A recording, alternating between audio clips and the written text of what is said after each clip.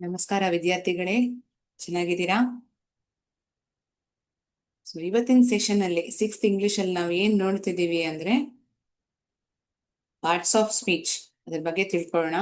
First ಅದ್ರ ಬಗ್ಗೆ ಸ್ವಲ್ಪ ಇಂಟ್ರೊಡಕ್ಷನ್ ನಾವು ತಿಳ್ಕೊಂಬಿಡೋಣ. ಅದಾದ್ಮೇಲೆ ಒಂದೊಂದಾಗಿ ನಾವು ಪೂರ್ತಿ learn all parts of speech, 8 parts of speech in depth. ಸರಿನಾ? ಸೊ ಅದೆಲ್ಲ ಕಲಿಯೋಕ್ ಮುಂಚೆ ಒಂದ್ ಸಣ್ಣ ಪುಟ್ಟ thought, small thought that we'll start the session with. Mistakes are proof that you are trying. ಪ್ರತಿಯೊಂದು ವಿಷಯನೂ ನಾವು ಕಲಿತಿದೀವಿ ಅಂದ್ರೆ ಅದು ಮಾಡೋಕ್ ಮುಂಚೆ ನಾವು ಮಾಡೋ ಮಿಸ್ಟೇಕ್ ತಪ್ಪಿರತ್ತಲ್ಲ, ಅದರಿಂದಾನೇ ನಮ್ಗೆ ಗೊತ್ತಾಗತ್ತೆ ಆ ವಿಷಯ ನಾವು ಒಂದು ಪ್ರಯತ್ನ ಮಾಡ್ತಿದೀವಿ ಅಂತ. ಆ ಪ್ರಯತ್ನ ಇಲ್ಲದೆ ಇದೆ ನಾವು ಯಾವ ವಿಷಯನೂ ನಾವು ಕಲಿಯಕ್ಕಾಗಲ್ಲ. So it is definitely a proof that you are trying. So even if you don't get it, never lose hope, you are going to succeed. ಈ ಒಂದು ಒಳ್ಳೆ ಮಾತಿಂದ ನಾವು ಶುರು ಮಾಡ್ಬಿಡೋಣ ತಕ್ಷಣ. ಇದೇನಿದು 8 ಪಾರ್ಟ್ಸ್ ಆಫ್ ಸ್ಪೀಚ್ ಅಂತ ಹೇಳ್ಬಿಟ್ಟು ನಾನು ಪಾರ್ಟ್ಸ್ ಆಫ್ ದಿ ಬಾಡಿನು ಮತ್ತದೇನೋ ಫಂಕ್ಷನ್ಸ್ ಅಂತ ಹಾಕಿದಾರಲ್ಲ, ಏನಿದು? ಯಾಕೆ ಈ ತರ ಕೊಟ್ಟಿದ್ದೀನಿ? ನಮ್ಮ ದೇಹದಲ್ಲಿ ಹೇಗೆ ಈ ಬಾಡಿ ಪಾರ್ಟ್ಸ್ ಇದೆಯೋ ಒಂದೊಂದು ಪಾರ್ಟ್ಗೂ ಒಂದೊಂದು ಉಪಯೋಗ ಇರತ್ತಲ್ಲ. ಕಿವಿ ಕೇಳೋದಿಕ್ಕೆ, ಕಾಲು ನಡೆಯೋದಿಕ್ಕೆ, ಕೈ ಊಟ ಮಾಡೋದಿಕ್ಕೆ, ಬರೆಯೋದಿಕ್ಕೆ, ಕಣ್ಣು ನೋಡೋದಿಕ್ಕೆ, ಬಾಯಿ ಮಾತಾಡೋದಿಕ್ಕೆ, ಊಟ ತಿನ್ನೋದಿಕ್ಕೆ, ಇಷ್ಟಿದೆಯಲ್ಲ. ಅದೇ ತರಾನೇ ಒಂದು ವಾಕ್ಯ ಅಂತ ನಾವು ತಗೊಂಡ್ರೆ ಪ್ರತಿ ಒಂದು ಪದನು ಅದ್ರದ್ದು ಫಂಕ್ಷನ್ ಇರತ್ತೆ. ಒಬ್ಬರ ಹೆಸರಾಗಿರ್ಬೋದು, ಅವ್ರು ಮಾಡೋ ಕೆಲ್ಸನಾಗಿರ್ಬೋದು, ಅವ್ರು ಏನ್ ಹೇಳ್ತಿದ್ದಾರೆ ಎಲ್ಲ ಇರತ್ತಲ್ಲ, ಅದೆಲ್ಲ ಸೇರಿದ್ರೆ ಮಾತ್ರ ಒಂದು ಅರ್ಥ ಕೊಡುವ ಒಂದು ವಾಕ್ಯವಾಗತ್ತೆ. ಅದಕ್ಕೆ ಇದನ್ನ ಪಾರ್ಟ್ಸ್ ಆಫ್ ಸ್ಪೀಚ್ ಅಂತೀವಿ. ಆ ಒಂದು ವಾಕ್ಯ ರಚನೆಯಲ್ಲಿ ಪ್ರತಿಯೊಂದು ಪಾರ್ಟ್ಸ್ ಆಫ್ ಸ್ಪೀಚುನು ಮುಖ್ಯನೇ. So how many parts of speech are there totally? There are 8 parts of speech. ನಿಮ್ಗೆ ಗೊತ್ತಾ ಯಾವ್ದೆಲ್ಲ 8 parts of speech ಅಂತ? ಗೊತ್ತಿದ್ರೆ ವೆರಿ ಗುಡ್. ಅದನ್ನ ನಾವು ತಕ್ಷಣ ರೀಕ್ಯಾಪ್ ಮಾಡೋಣ. ಮುಂದೆ ಬರೋ ಸೆಷನ್ಗಳಲ್ಲಿ ಒಂದೊಂದು ಪಾರ್ಟ್ಸ್ ಆಫ್ ಸ್ಪೀಚ್ ನ ಇನ್ ಡೆಪ್ತ್ ಆಗಿ ನಾವು ತಿಳ್ಕೊಳ್ಳೋಣ. ಸರಿನಾ?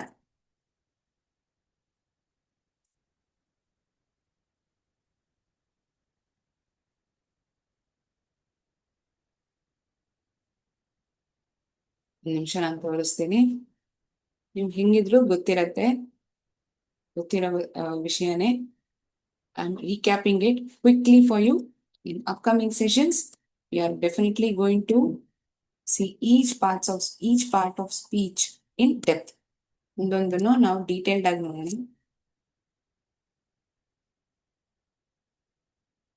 ಕಮಾನ್ ಮಕ್ಳೆ, ಮೊದಲನೇದೇನು? Nouns. First part of speech is noun. Noun ಅಂದ್ರೆ ಏನಂತೀವಿ ಕನ್ನಡದಲ್ಲಿ? ನಾಮಪದ ಅಂತ ಹೇಳ್ತೀವಿ. ಒಬ್ಬ ವ್ಯಕ್ತಿಯ ಹೆಸರಾಗಿರ್ಬೋದು, ಒಂದು ಸಾಮಾನು, ಒಂದು ವಸ್ತು, ಜಾಗ, ಇಮೋಷನ್ ಆಗಿ ಕೂಡ ಇರ್ಬೋದು. ಇದನ್ನೆಲ್ಲಾನು ನಾವು ನಾಮಪದ, ನೌನ್ಸ್ ಅಂತ ನಾವು ಕ್ಯಾಟಗರೈಸ್ ಮಾಡ್ತೀವಿ. Next part of speeches pronoun, ಸರ್ವನಾಮ ಪದ. ಅವನು, ಅವಳು, ನಾನು, ಅವರು, ಇವರು. ಸೊ ಇವೆಲ್ಲ ನಾವು ಪ್ರೊನೌನ್ಸ್ ಅಂತ ಕರಿತೀವಿ. ಪ್ರತಿಯೊಂದು ಪಾರ್ಟ್ಸ್ ಆಫ್ ಸ್ಪೀಚ್ ನಾವು ಇನ್ ಡೆಪ್ತ್ ಆಗಿ ಮುಂದೆ ಬರೋ ಸೆಷನ್ ಅಲ್ಲಿ ನೋಡ್ತೀವಿ. ನಿಮ್ಗೆ ಕ್ವಿಕ್ ಆಗಿ ಇಂಟ್ರೊಡಕ್ಷನ್ ಕೊಡೋದಕ್ಕೋಸ್ಕರ ಇದೆಲ್ಲ ನಾನು ತೋರಿಸ್ತಿರೋದು. ನೆಕ್ಸ್ಟ್ ಏನ್ ಬರುತ್ತೆ? ಕ್ರಿಯಾಪದ. ನಾನು ಏನ್ ಕೆಲಸ ಮಾಡ್ತಿದ್ದೀನಿ, ಕೆಲಸದ ಬಗ್ಗೆ ಹೇಳ್ತಿದ್ದೀನಿ ಅಂದ್ರೆ ಮಾತಾಡೋದು, ಆಟ ಆಡೋದು, ನಡೆಯೋದು, ಓದೋದು, ಇವೆಲ್ಲ ನಾವು ಏನಂತ ಕರಿತೀವಿ? ಕ್ರಿಯಾಪದ ಅಂತ ಹೇಳ್ತೀವಿ. ಅದನ್ನ ಇಂಗ್ಲಿಷ್ ನಲ್ಲಿ ವರ್ಬ್ ಅಂತ ಹೇಳೋದು ಅಲ್ವಾ? It's other part of speech. Fourth one adverbs. ಹೇಗ ಕೆಲಸ ಅನ್ನೋದು ನಡೀತಿದೆ.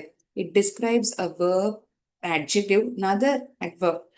ಸೊ ಹೇಗೆ, ಎಷ್ಟು ಸತಿ, ಯಾವಾಗ, ಎಲ್ಲಿ, ಇಂತಹ ಪ್ರಶ್ನೆಗಳಿಗೆ ಅದು ಉತ್ತರಿಸ್ತಿದೆ ಅಂದ್ರೆ ಅದನ್ನ ನಾವು ಅಡ್ವರ್ಬ್ ಅಂತ ಕರಿತೀವಿ. ನೆಕ್ಸ್ಟ್ ಏನು? ಅಡ್ಜೆಕ್ಟಿವ್ಸ್. ಆ ನಾಮಪದ ಬಗ್ಗೆ ಹೆಚ್ಚಾಗಿರೋ ಇನ್ಫಾರ್ಮೇಶನ್ ನ ಕೊಡುತ್ತಿದೆ. It is a tall tree. ಹೇಗಿದೆ ಆ ಮರ? ಉದ್ದವಾದ ಮರ. ಆ ಮರ ಹೇಗಿದೆ ಅನ್ನೋದನ್ನ ಯಾವ ಪದ ನಮ್ಗೆ ಹೇಳ್ತಿದೆ?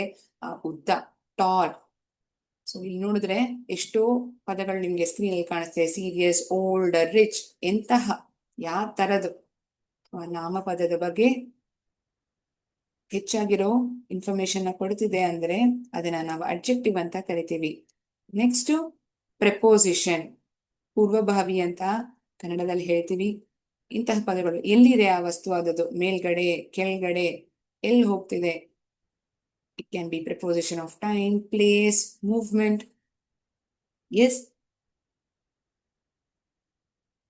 Next part of speech conjunction, ಎರಡು ವಾಕ್ಯಗಳನ್ನ ಒಂದು ಸೇರಿಸೋದಕ್ಕೆ ಉಪಯೋಗಿಸುವ ಒಂದು ಪದ a conjunction. A conjunction links words, phrases and clauses. ಯಾವ್ದೆಲ್ಲ words? And, but, either, why. ಕೆಲವು ಪದಗಳು ಇಲ್ಲಿ ಸ್ಕ್ರೀನ್ ಅಲ್ಲಿ ನಿಮ್ಗೆ ಕಾಣಿಸ್ತಿದೆ. ಕಂಜಂಕ್ಷನ್ ನಾವು ಕನ್ನಡದಲ್ಲಿ ಏನಂತ ಕರಿತೀವಿ? ಸಂಯೋಗ ಅಂತ ಹೇಳೋದು. Last one interjection. So it expresses emotion. Wow, ಅದ್ಭುತ, ಹುರ್ರೇ. ಸೊ ಯಾವ್ದೆಲ್ಲ ಒಂದು ಪದ ಅದು ಎಮೋಷನ್ ನ ಎಕ್ಸ್ಪ್ರೆಸ್ ಮಾಡತ್ತೋ ಅದನ್ನ ನಾವು ಇಂಟರ್ಜೆಕ್ಷನ್ ಅಂತ ಕರಿತೀವಿ. So there are 8 parts of speech. So ಹೇಗೆ ನಮ್ಮ ದೇಹದಲ್ಲಿ ಪ್ರತಿಯೊಂದು ಆರ್ಗನು ಅದರದ್ದು ಫಂಕ್ಷನ್ ಇದೆಯೋ ಅದೇ ತರಾನೇ ಒಂದು ವಾಕ್ಯ ಅಂತ ತಗೊಂಡ್ರೆ there are 8 parts of speech. It plays its role. So ಪ್ರತಿಯೊಂದನ್ನು ನಾವು ಡೀಟೇಲ್ಡ್ ಆಗಿ ಮುಂದೆ ಬರೋ ಕ್ಲಾಸ್ ನಲ್ಲಿ ನೋಡೋಣ. I've just given introduction to you. So what are all the 8 parts of speech? ಸರಿನಾ? ಸೊ ಇವತ್ತಿನ ವಿಡಿಯೋನ ಇಲ್ಲಿ ನಾನು ಎಂಡ್ ಮಾಡ್ಕೊಳ್ತೀನಿ. ಥ್ಯಾಂಕ್ ಯು ಮಕ್ಕಳೇ.